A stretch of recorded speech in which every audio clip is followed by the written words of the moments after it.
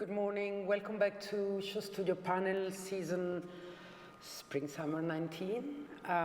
We're going to talk Ferragamo this morning. The show happened in Milan 1 hour ago, and I have a lovely panel of women who are going to introduce themselves. Mandi. My name is Mandi Lennard, and I run fashion consultancy Mandi's Basement. I'm Sasha Wilkins. I'm the founder and editor of LibertyLondonGirl.com, and I was a fashion journalist for 15 years before that. And that's Lettuce. Oh, and this is Lettuce. She's a very eminent fashion critic. Good morning, I'm Dilys Williams. I'm the director at Centre for Sustainable Fashion. And I'm Navaz Batliwalla. I'm an editorial consultant and I write the blog Disney Roller Girl. Great, thank you ladies for being here.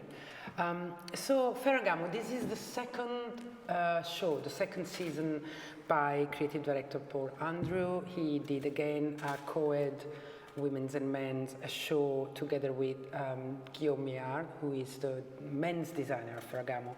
But Paul is the creative director of the brand. So it's very good to know that he still wants to work with his colleague.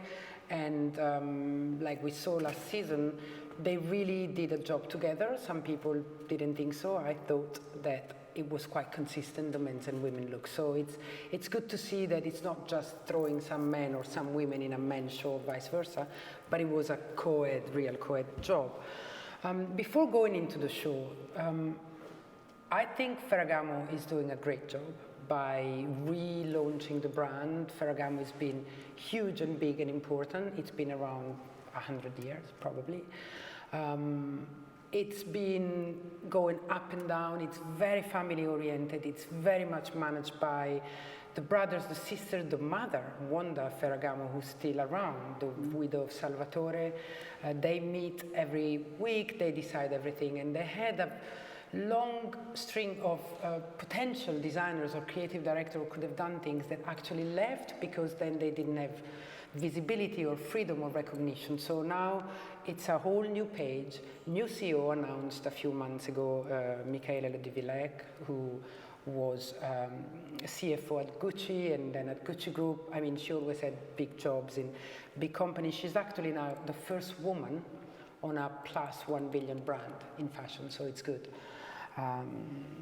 This change, and Paul Andrew, who was first hired to rework the footwear, the shoes of Ferragamo, which, as we can know, is the most important thing, and now is creative director of the brand, designing ready-to-wear as well, and I think doing a pretty good job. So shall we start by having our thoughts about this? I think it's quite amazing how it's kind of worked from the off together. There doesn't seem to be any visible friction. Paul and Guillaume, there seems to be a lot of mutual respect and they want to get it right. The only thing that I would say from seeing the show last season, which was what we call the reboot season, is that it was very much a definite vision for men and women, whereas actually I wonder whether the menswear could breathe a bit more and the women's wear could breathe a bit more, and because they're working so closely together, are they constricting each other? So you think it could be a minus, could be a problem? I think it's amazing that they're getting on, and when you talk about the family, I know that in the past that a lot of these family heritage brands, when they get a new director, they spend time with them or they invite them to their home for the weekend, they get to know them. And I think a lot of the people skills, and Paul obviously is a popular, engaging guy, and he's got a lot of people that want to support him, so you can understand why the family warm to him. We have to make sure they let him work as well, though. Yeah, but in the model of the brand, that's just how I felt when they had the reboot season, that it looked very men's and women regimented. So too much together? Yeah. Okay, that's a good point. I think it's really interesting to see that people who are trying to find ways to work together, and when people collaborate or co-create, as you say, it can go two ways. It can either be something that actually constrains something or something gets watered down, or you work through it and each of the parts has a distinction. And I think they're still maybe finding that, which is what I'm really interested to see whether that can work. I'm looking forward to seeing it, Because, in sustainability we talk about relationships. I think you will have the same respect. and whether it works or not, and whether the family dominates, and whether there is a hierarchy, whether you can break down that hierarchy and still find a way that each of the distinctions are greater than putting it together and watering it down. For a while, after the ready-to-wear show, the designer or the person in charge, the designer, was not even coming out at the end, but it was the sister in charge. What's her name? Giovanna. That was Giovanna Ferragamo, one of the sisters who was coming out to take the power, which was a little bit weird, and apparently. Isn't she the one who's in charge of silk accessories? Maybe now she is, but she's been in charge of ready-to-wear for many years, or everything was in together. But they've got this really funny thing in the dynasty, which is that only 3 of the family can be working in the company at one time, and it causes all sorts of frictions, which I think is quite fabulous. But Ferrucci's always been the CEO, and now his son is taking over big time, which I think start to be felt. And then, it's very family. It's very family. I thought the whole, when they did last season, they did the first co-ed collection. I thought it was interesting because I thought that's a good, sensible way to go forward for brands to do these co-ed collections. It makes more sense, it saves time, money, etc. But in my mind, it works when it's the same creative director that does men's and women's. So then to see how they would potentially do it, like, will it work or not? But actually, I thought it was a really great, cohesive, coherent I just really liked that collection. So it's kind of interesting. It's like I agree, but I think it was a bit too neat. Do you know what I mean? Yeah. Underwhelming, you think? No, not like that. Because the press were excited by it. They felt it was the good first seeds, and it looked promising, and they were all very excited about spring summer 2019. But I just felt it looked regimented. It was a bit literal, whereas I just wonder, I don't feel that they've been particularly constrained. I just think they've stuck to a new formula. Obviously, it's the first season. I'm not giving them a chance here. Yeah. But sometimes if it's the first season, retail brand, though, isn't it? You're not exactly. That's what I'm seeing. They've got it right. It's one of those houses where you always think it's off the runway and into the wardrobe. The styling is never show styling. You can literally look at those looks and wear them. I think you've hit the nail on the head there. But I think the intention is to go from a product brand to a fashion brand, and I think that's how it's a very slow evolution, isn't it? On board, he's, as you were saying, he's very much loved. His shoe brand his Paul Andrew brand is doing really well. He's a little bit the darling of the press because he's also a nice guy, not only a great designer, but a nice guy, which matters. And I think it's going more and more towards being a fashion brand, to the point that SHOWstudio doesn't even manage to get into the show anymore, which is a very big pity. Maybe it's the same people that are still running that side of it. But I think what you're saying about the fashion side, that is, you can see the clues of that, because with the latest ad campaign, they've done the little film that they released, and it's Harley Weir, and she's used an analog camera, and she's got Rianne Van Rompuy, who you can't get more model than her. Stella Tennant, who relevant, the heritage houses seem to latch onto at the moment. But she's in the show as well. You can see that that's a very strong step in the right direction. I wonder if it is the right direction, though, because I think this idea, as you say, of them not necessarily being a runway collection, and there's lots of amazing collections we've seen, maybe they should be thinking about a different way to present it. Because maybe rather than trying to do, because I think that film potentially waters down the idea. It kind of doesn't look like Ferragamo. It looks like, yes, a luxury kind of presentation. And when we're talking about what luxury really is now, I think they could almost be a bit more bold to say it is about less. It is about beautiful craftsmanship. It's not about a runway collection. Yeah.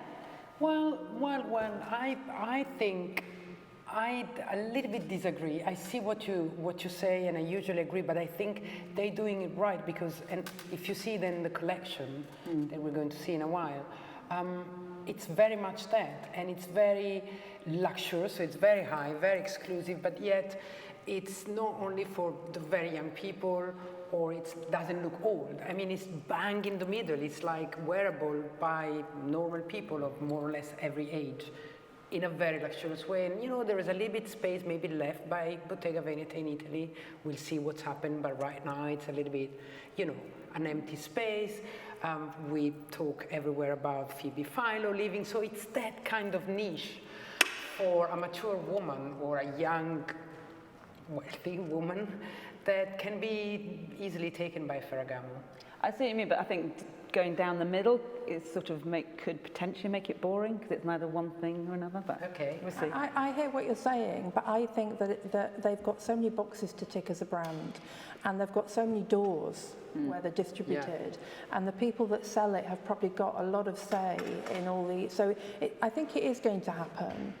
It is going to move. If this team, you know, becomes more confident and it's working, but it's going to happen by increments each season. It's going to be very slow. I think they started with the first collection. It was really clear, cohesive. The press loved it because they could understand the story, and then they do the film. So it's like tapping into, you know, what cool brands do, and then slowly, you know, that was just their first collection. So now second collection, maybe they will do some more. It was probably also the first collection that ready-to-wear buyers were interested in a long time. But why don't we have a look at it?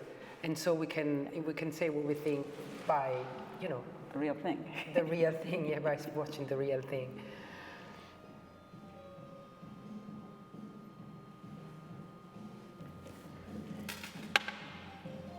Talking about Stella Tennant.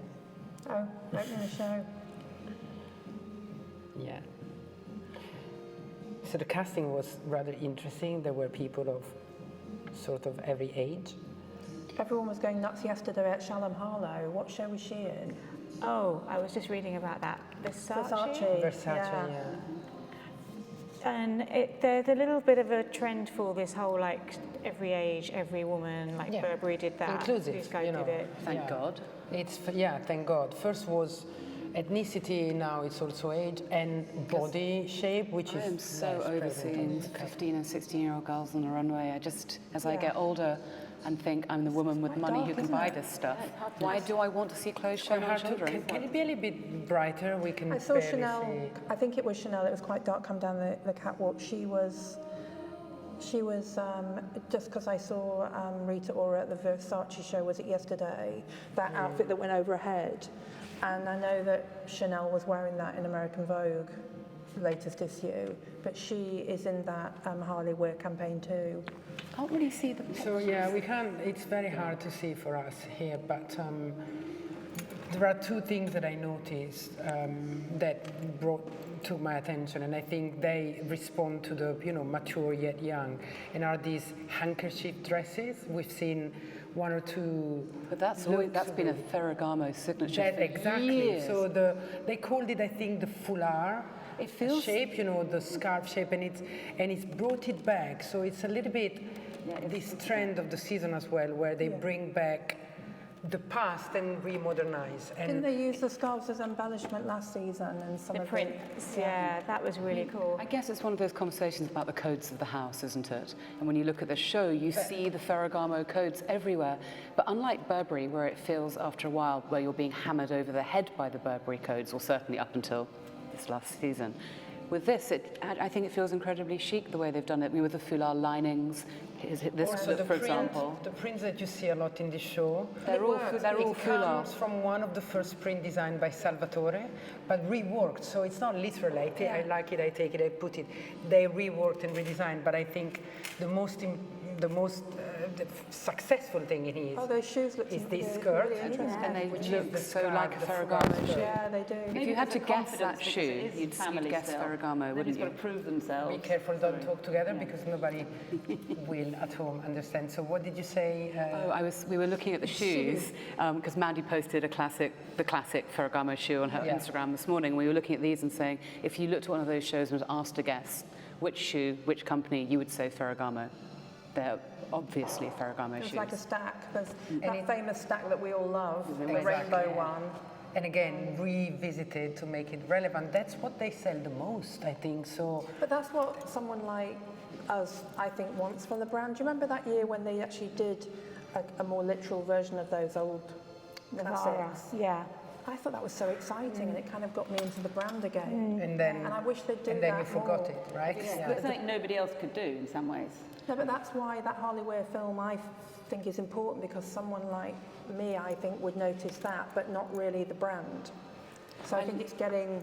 It gets you a new- back to the brand via that. the language with the editors who look for those. It's a bit like the old lookbook thing. As soon as they got a lookbook, it gets slung in the bin, but they look at the credits before they throw it away.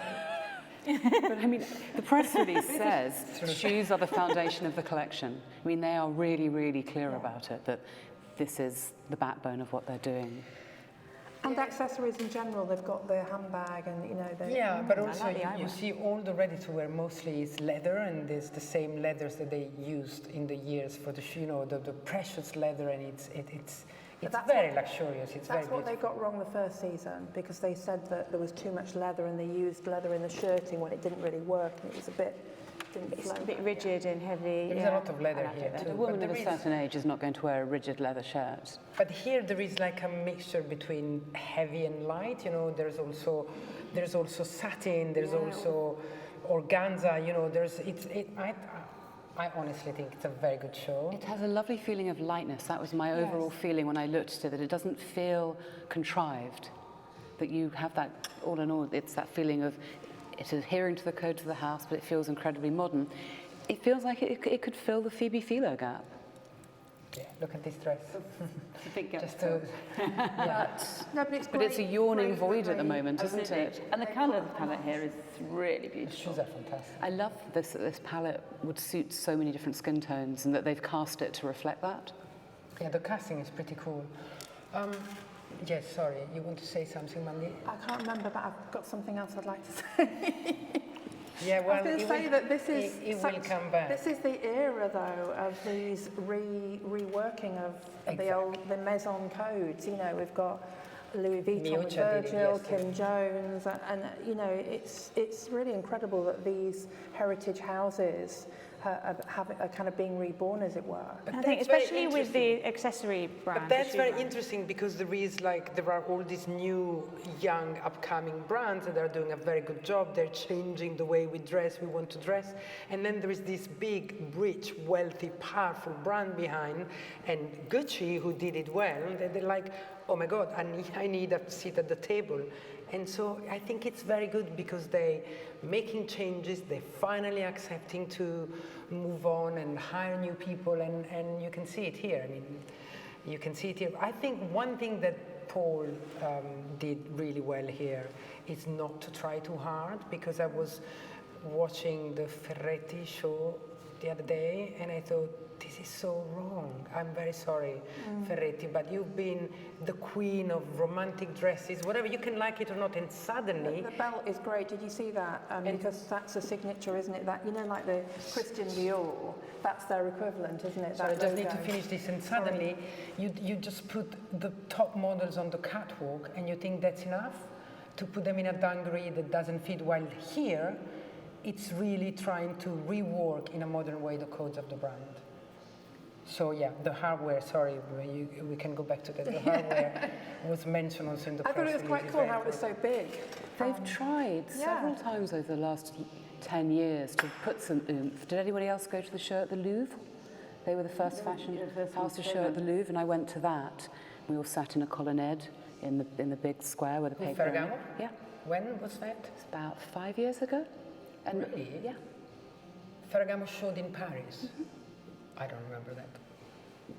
And then they did a massive dinner at the Burlington Arcade about 4 or 5 years ago as well.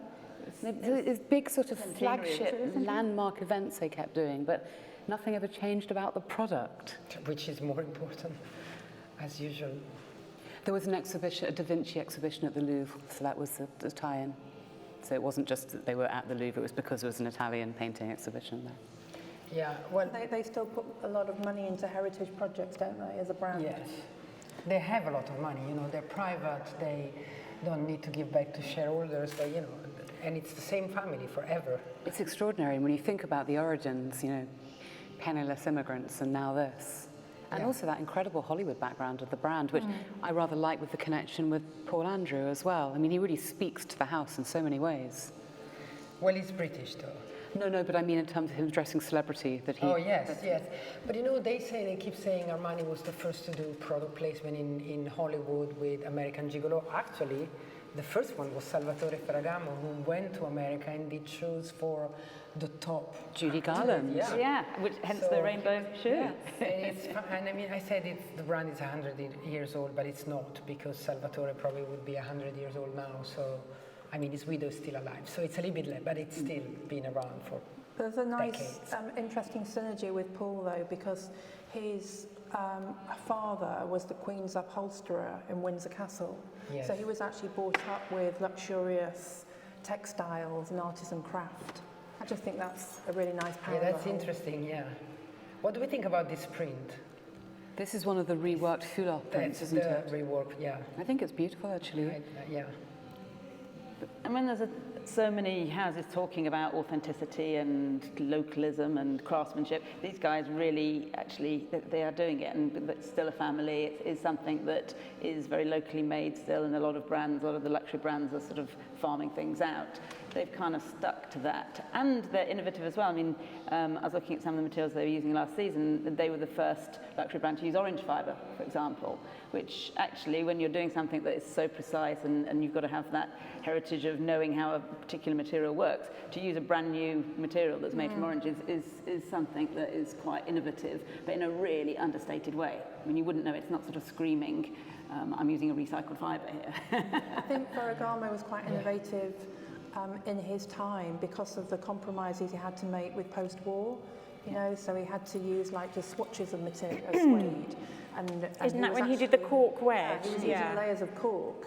Because those they were quite radical at the time, but actually it was because of lack of resources that made him innovative, which is quite nice because I work with a lot of young designers, and I think that when you are compromised, that's when you can be more brutally creative. Yeah, absolutely. Absolutely. You need constraints so that you can break beyond them.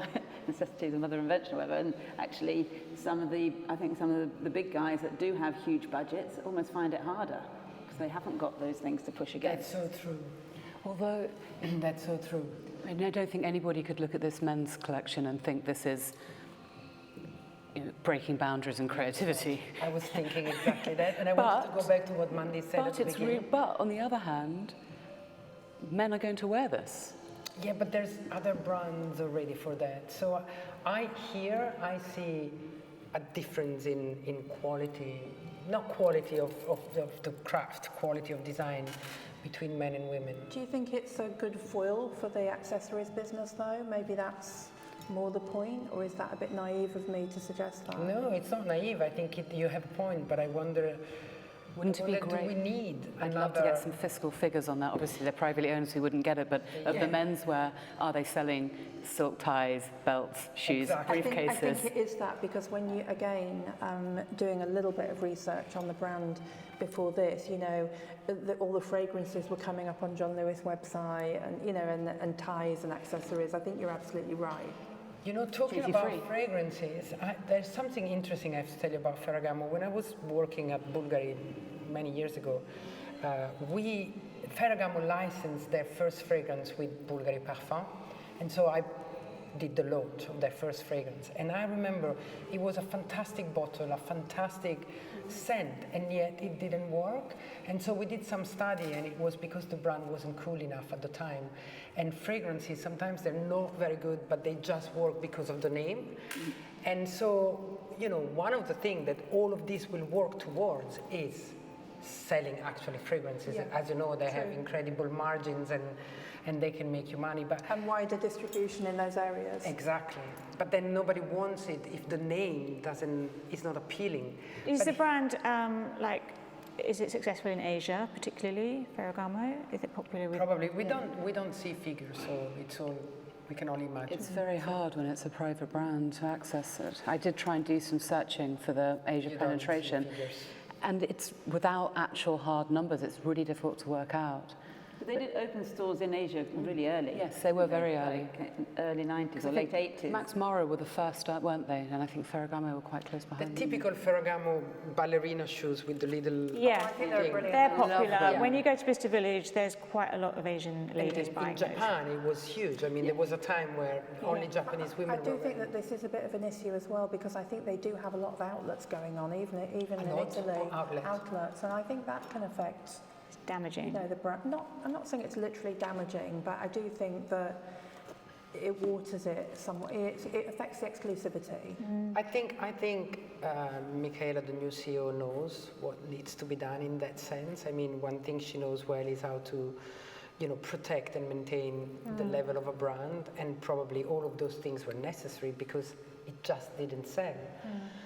I was going to say, that shoe still has integrity, doesn't it? People still wear. You it's don't kind of beautiful. go, I mean, oh it God, really there's is been a too many copies. classic. So somehow they have balanced wide distribution with actually the actual product is still cool. Well, not cool actually. It's not cool, but it's still classic. It's still seen as a luxury item. And the quality is always so phenomenal. I've got quite a lot of Ferragamo cashmere and silk scarves. They're seat gifts at shows, and they've just lasted beautifully. They get better with age. And I love the fact that if you buy something from Ferragamo, you know it will last forever. It's got that Hermes brand quality, hasn't it? Does it? At that level, the same level of luxury, you think? Well, that's the impression that I get. Yeah. I mean, obviously they don't have an iconic bag in the same way, but I do feel that you think of them as a very good leather brand. Yeah, but yet, when people wanted to compare Hermes to someone in Italy, they would say Bottega Veneta. Let apart if you like it or not style-wise, but people would say Ferragamo. You're giving us the Italian point of view. Yeah, or maybe mine, which can also be wrong, but I would never, while now, especially after this second show, and I was watching at the last look, which is this yellowish, I see it yellow here, a Napa foulard dress, was fantastic and so luxurious, and I don't know, it's very appealing. But The understatedness maybe is actually what gives it an edge. Yeah, I agree completely. I like that. Refine understatement. Yes. Yeah. I find it quite sensual as a collection because all those incredible fabrics, and it has a lot of movement in it too. I found it very beautiful. I still have this doubt for the menswear. So what you said for the first collection, I see it more here. It's like can you quote any look? Can you tell me anything? The menswear was a foil for the women's. The women's look strong because of the men's, but the men's, I can't remember any of it. Yeah. That's Can we see the? I Yeah, just we're still going to see don't the know who's photos going to now, buy yeah. Ferragamo menswear ever, unless it's just a leather jacket. I don't know who their consumer would be because it's never going to be a cool brand, I don't think, for men. But among the brands that are good product for men and not considered top fashion, you've got, the giant of Zegna, which is doing better and better also design-wise. You've got, especially in Italy, you've got many other. The competition is so huge. Yeah, and Isn't there a bit of controversy at the moment about the brand made in Italy? Have I read about that in the last few days? yeah, there was a big article in the New York Times Yeah. about underpaid people in the south Elizabeth of Italy. Payton's. Yeah.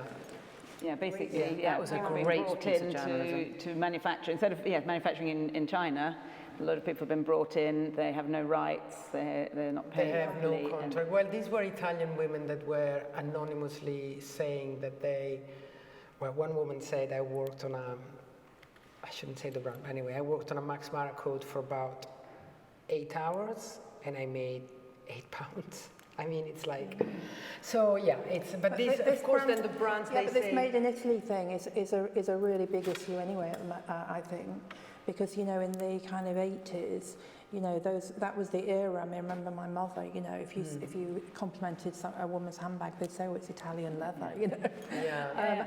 And they've been trying to claw this back for so long. And all the factories are there, they're making all the brands, but then these questions.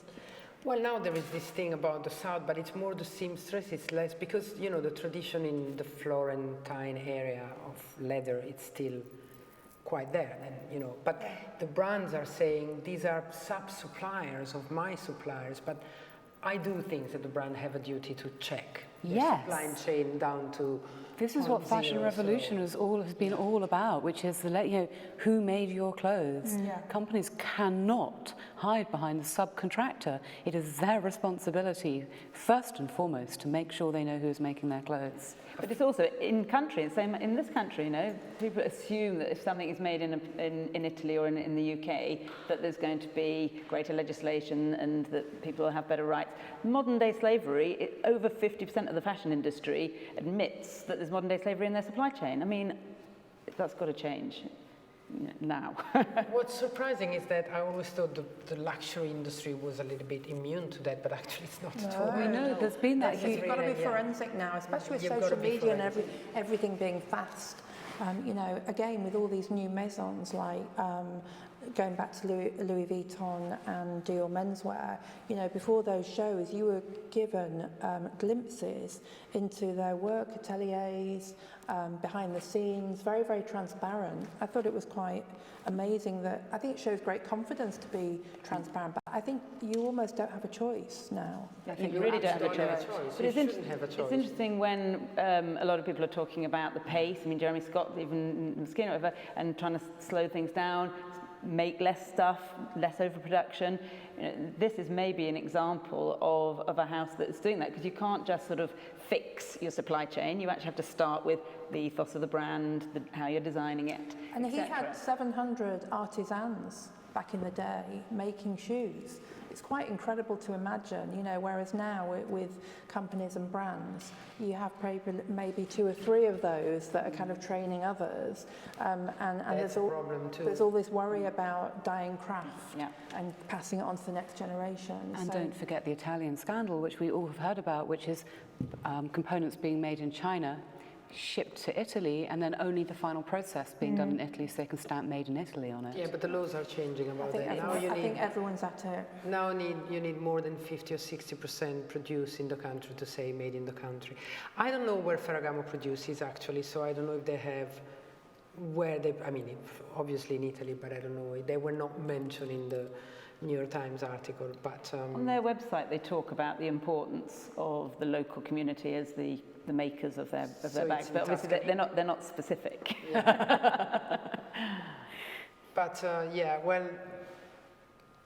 I'm tending now to go back to the brand, because we're seeing now the images of the show, which shows us especially the beautiful color. But again, I see these men in the middle of it. They're very chic. They're very well dressed. I think it's a step in the right direction for sure. You can't make these bold shifts. I mean, I can see a man going into a store to buy a small leather girdle, however, and then seeing a great coat. These seem like those kind of clothes that you would not necessarily go out looking for it, but then you'd see it and you'd be like, oh, I like this. Yeah, Nothing's going to scare anybody here, is it? No. absolutely not. And within the women's as well, there's those kind of, not macrame, but the kind of woven with the fringed knotted bits. That seems to be a bit of a trend in Milan at the moment anyway. Yeah, it's true. I've seen it elsewhere as well. Looking at the men's, it's actually making me, it reminds me of the Hermes menswear, which is again quite simple and classic, but then they'll have these like amazing colours and really great leathers and stuff. And it's almost like maybe it's a step down from that. If you're not going to buy the Hermes menswear, maybe you would consider this. And in a similar way that it's By step down, you mean less expensive? Yeah. I wonder if it's less expensive. This show looks very expensive. yeah.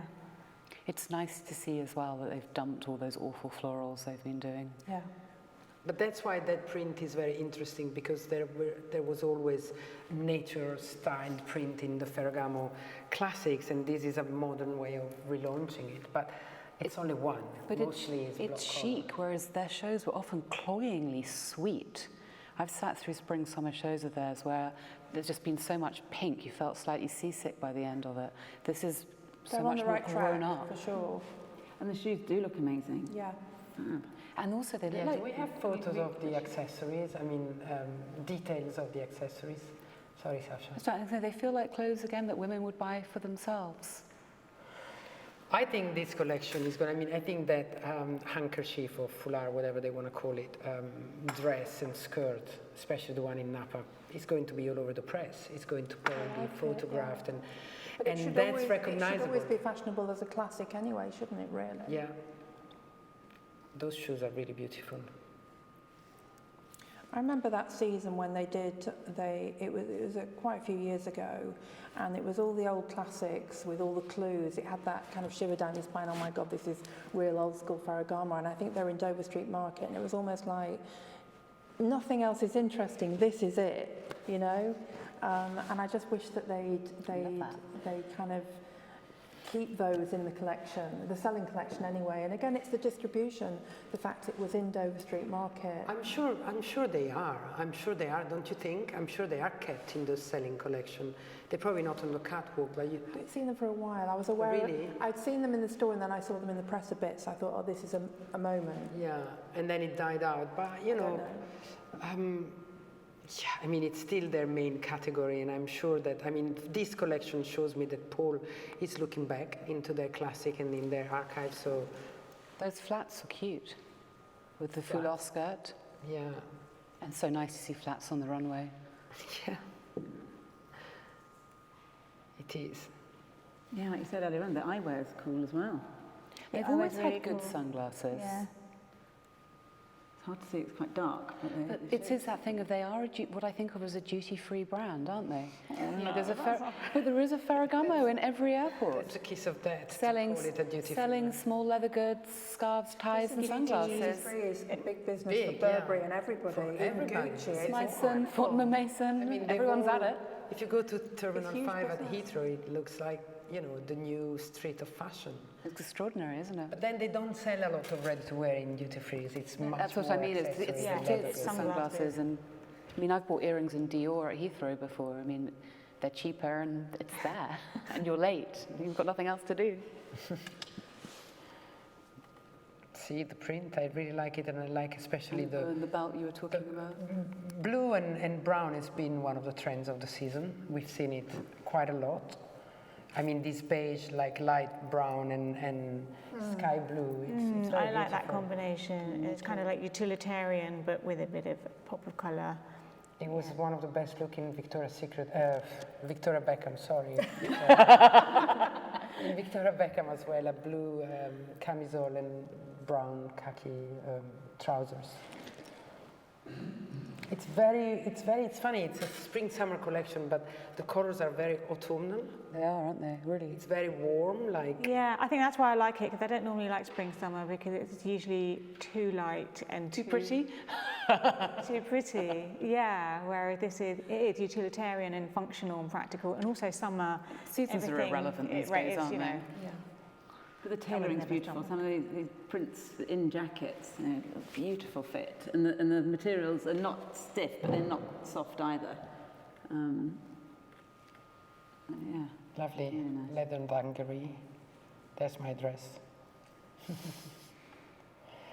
Anyway, so we think it's something that is going to work. It would be nice to see results. It would be nice to understand, as you were saying, Sasha, you know, how the retailers react to it. Very nice little brownie purse there. Yeah, it was in orange earlier, wasn't it? Which I thought was quite sweet. There's been loads of those, hasn't there? I feel quite like I've seen those in a few shows. Yeah. I think the press keep will get change. behind it. There's some really good, like, For sure. press-worthy pieces. Nothing to do with the advertising budgets, of course. Well, I mean, yes, but it's not Yeah, always. but again, you know, they had an advertising budget 5 years ago, and yet you wouldn't see many of their accessories. looks. Yeah. I mean, even when I've been on magazines which, you know, were all about church and state and advertising editorial, we were definitely calling in the Ferragamo for no other reason than the advertisers. Yeah, but as you say, you know, the press will be behind this in a different way, in a fashion way. Yeah, there's strong pieces that if you're doing your sandal page or whatever, and you want a strong piece in there. So, and also, yeah, personally, I like to champion if there's a brand that's having a bit of a revival and they're doing a good job. I kind of want to support them and champion them, and that's kind of your job, to report and show what's happening and what's cool. So, in that sense, I think they will. We've seen it already in this season that we're living now. I've seen much more Ferragamo in fashion press than Ferragamo ready to wear than before, than in the past, which is a good sign. It's a good start. When it's not a model holding a bag or wearing a pair of eyeglasses, it's a very good sign. Yeah. Well, maybe there was nothing so recognizable, but it will be interesting to see it in the street, to see it actually worn by people. So I think it's very expensive. So I'm not sure it's going to be, seeing lines, queues of young people outside the stores, but we might see it on well-dressed women. Yeah, that's fine. There should be different things for different people, and maybe this isn't going for the millennial the audience. casting was for that, probably. It's not cutesy enough. No. But maybe that's purposeful. Well, anything else you want to add to this beautiful show? I like it much more than I expected to. Me too. I thought that it would be, I was hoping it might be something that was refreshing, but I was worried that it might be boring, but it's more refreshing than boring. Why were you afraid this was going to be boring? From last seasons or from yes, and from preconceived? Probably a bit of both. And I think to do something that's understated but at the same time really lovely to see is a really tricky balance. It's easier to be fab, to be funny, to be ironic in some ways. Well, not easy, because getting that right is I see what but it's a very subtle pitch. Pare it down so it still has something to say is a very, very hard thing, I think. And I think they've done Are it. you more positive, Mandi, now after this show? Or Yeah, I think it's definitely, sorry to repeat myself, it's a step in the right direction. no, that's good. That's good. I agree completely. What about you? Yeah, no, same. I really, really liked the first collection they did last season, and you never knew, you get excited, and then you see the second collection, like, oh, but this was great. I thought it's, building on what they started. Good. So let's hope that it's going to be a continued success, and thank you very much for being with us this morning. Yeah. Let's.